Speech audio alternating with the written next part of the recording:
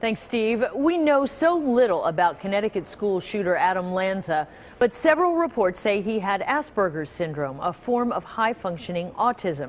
Now, that is an appalling association for parents and mental health professionals who say children on the autism spectrum are not violent and not capable of such premeditated violence.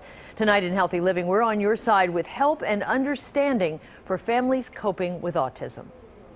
We have a lock on our knife drawer. We have everything, kind of planned out. LaMonica Friedman says she's always prepared.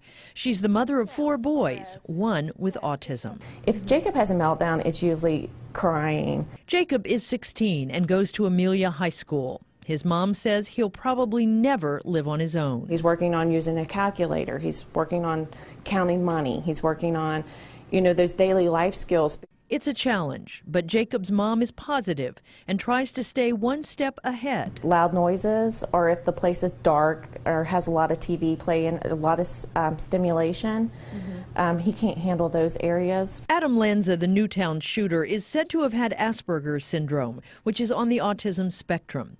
Donna Murray is co-director of the Kelly O'Leary Center for Autism at Cincinnati Children's. She says most people with autism are more afraid of other people than likely to harm them. This feels, in many ways, like a giant throw up your hands, like a setback. She says the news of the shooting hit her hard. The fact that the individual had Asperger's syndrome is not relevant, as we would not really be talking about gender or ethnicity. This is an individual who obviously had very serious, concerning mental health issues that needed to be addressed.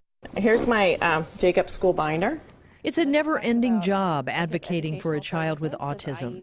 LaMonica works hard for Jacob and for others through her work at Families with ASD. Sometimes you do feel isolated and you do feel alone and you feel like you're being judged. The people who know what's happening in the community and know who's doing what and how to gain access to those resources are other parents. When families don't get the help they need, tragic things can happen. There was probably cries that were recognized. But at the end of the day, Jacob's mom just wants what every parent wants.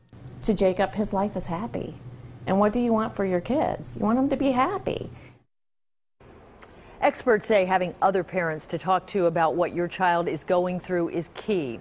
Right now on WCPO.com, we're on your side with links to local resources to help parents, families, and children, along with symptoms of autism and Asperger's. We'll be right back.